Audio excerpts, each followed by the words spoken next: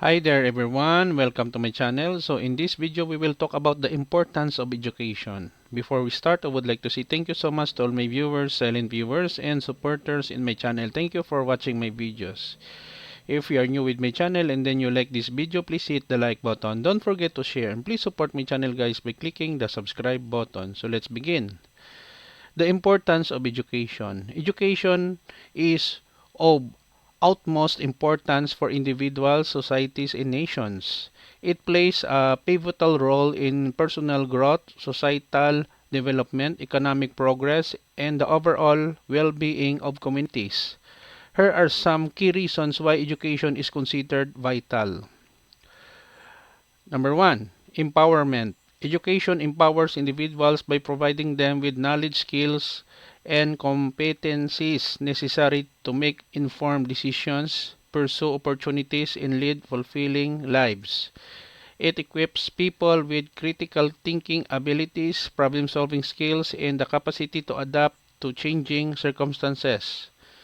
Number two, economic development. Education is closely linked to economic growth and development. It helps create a skilled workforce that drives innovation, productivity, and competitiveness.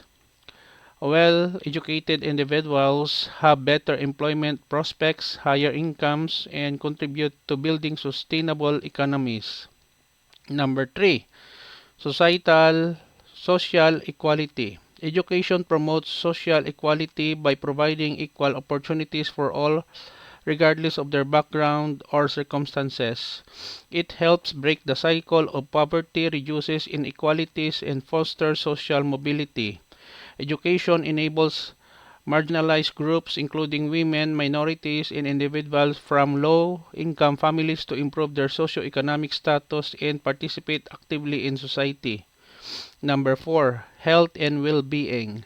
Education is a crucial determinant of health outcomes. It increases awareness about health behaviors, disease prevention, and access to healthcare services. Educated individuals are more likely to make informed choices regarding their well-being, leading to healthier lifestyle and improved overall health.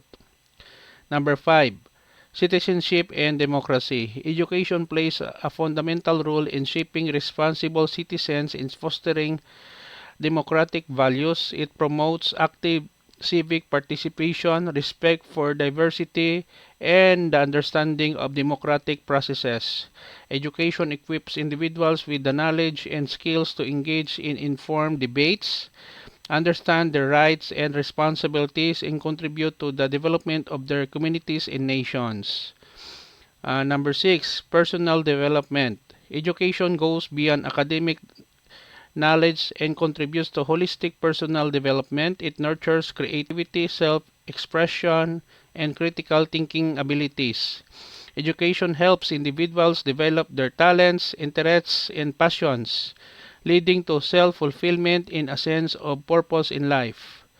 Number seven, cultural preservation and progress. Education helps preserve and promote cultural heritage, traditions, and values. It fosters in intercultural understanding, tolerate, and appreciate of diversity. Education also drives progress by encouraging innovation, scientific discovery, and technological advancements, benefiting society as a whole. In summary, education is crucial for personal growth, societal development, and the progress of nations.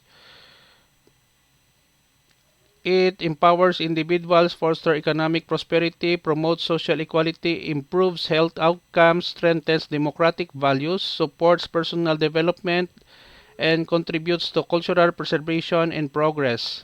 Investing in quality education for all is essential to build a more equitable, prosperous, and sustainable world.